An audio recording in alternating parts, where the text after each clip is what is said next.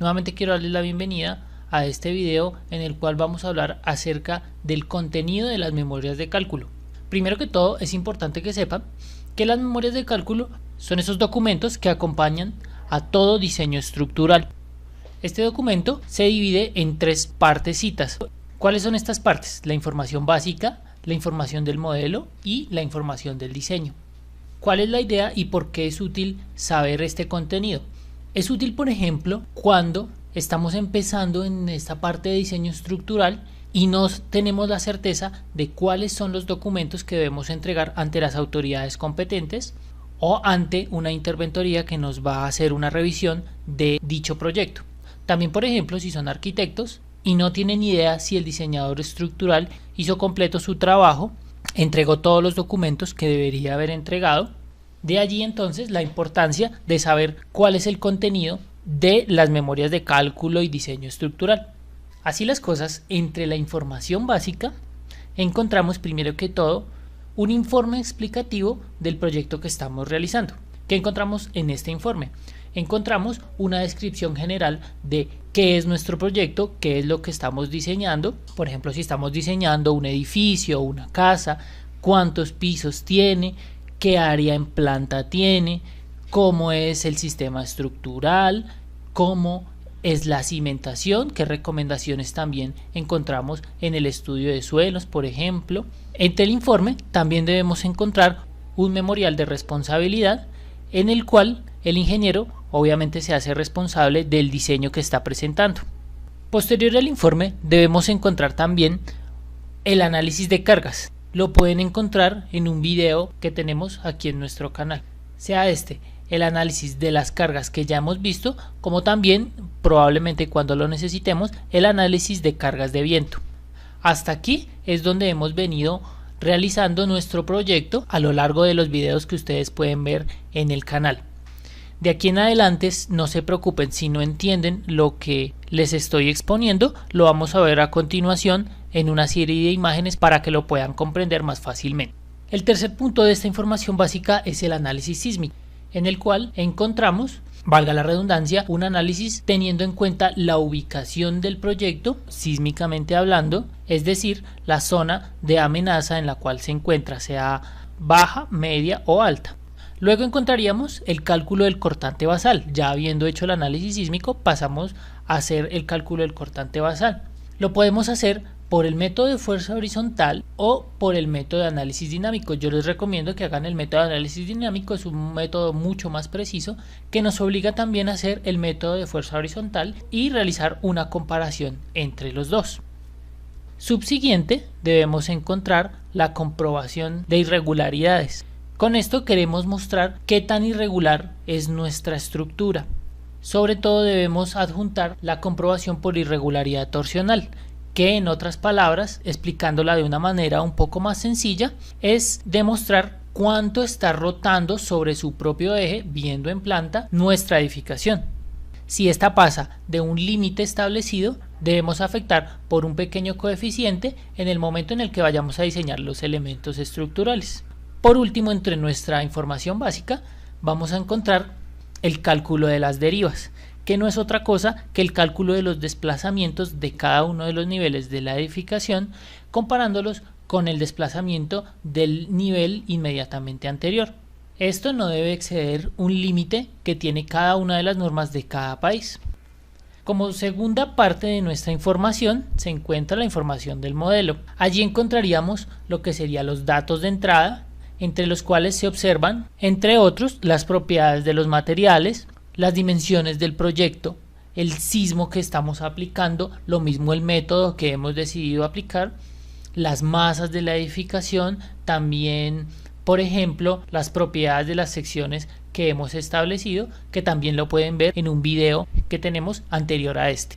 Una vez se terminan los datos de entrada, vienen los datos de salida de este mismo modelo. Allí encontraríamos los resultados sísmicos obtenidos. Por ejemplo, encontramos entre otros que se puedan destacar el periodo de nuestra edificación, que no es otra cosa que el tiempo que demora en oscilar la estructura cuando el sismo la ataca. Encontramos también los valores de esos cortantes sísmicos, entre otros. Cuando, por ejemplo, tenemos otro tipo de modelo complementario, sea por ejemplo el modelo de la cimentación, que muy comúnmente la cimentación no se modela con la misma estructura, sino se hace en otro modelo. Se deben adjuntar allí también los datos de entrada y salida de este complemento. Por último, y ya entrando en lo que más nos interesa, debemos encontrar la información de diseño. Primero que todo encontraríamos el diseño de la cimentación, sean por ejemplo zapatas, sean dados y pilotes, sea también por ejemplo la placa de cimentación, a veces incluso se encuentra junto con los pilotes, el diseño de los caissons o el diseño de cualquier otro tipo de estructuras especiales de cimentación que se utilicen.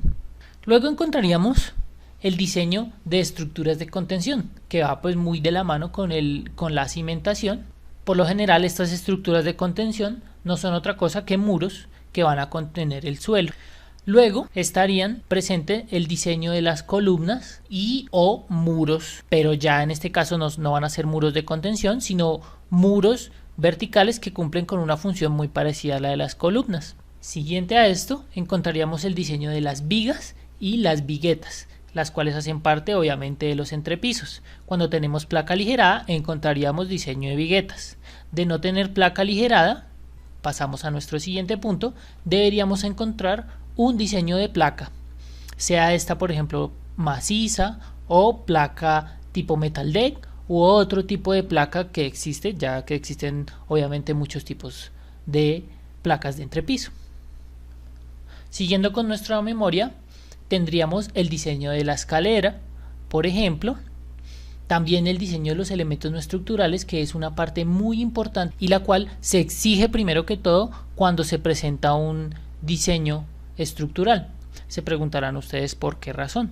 Sencillamente porque el colapso de estos elementos no estructurales también puede generar una gran cantidad de pérdidas humanas. De allí deriva la importancia de este cálculo.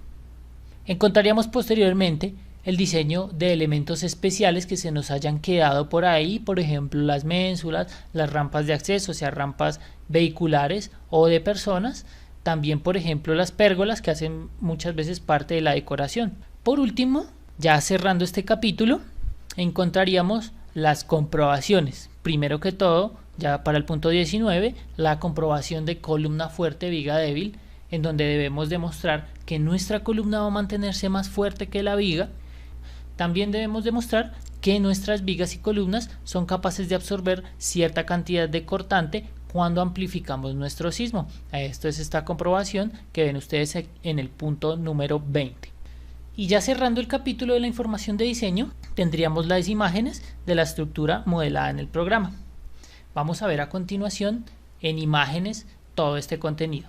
Primero que todo, bueno, ya ustedes conocen el análisis de cargas, donde analizamos todo tipo de cargas que van a afectar a nuestra edificación. En esta diapositiva ven ustedes perfectamente cómo se ve el empuje de suelo, el efecto de las cargas muertas, el efecto de las cargas vivas por personas y movilidad. Nuestro análisis sísmico, que se ve algo así cuando lo cargamos en nuestro modelo, que se representa con una gráfica que ustedes ven aquí en pantalla, con el cual vamos a obtener un cálculo de un cortante basal, que no es otra cosa que la obtención de un cortante en respuesta al efecto sísmico generado. Luego el cálculo de las derivas, como les decía, el cálculo de los desplazamientos de cada uno de los niveles de nuestra edificación.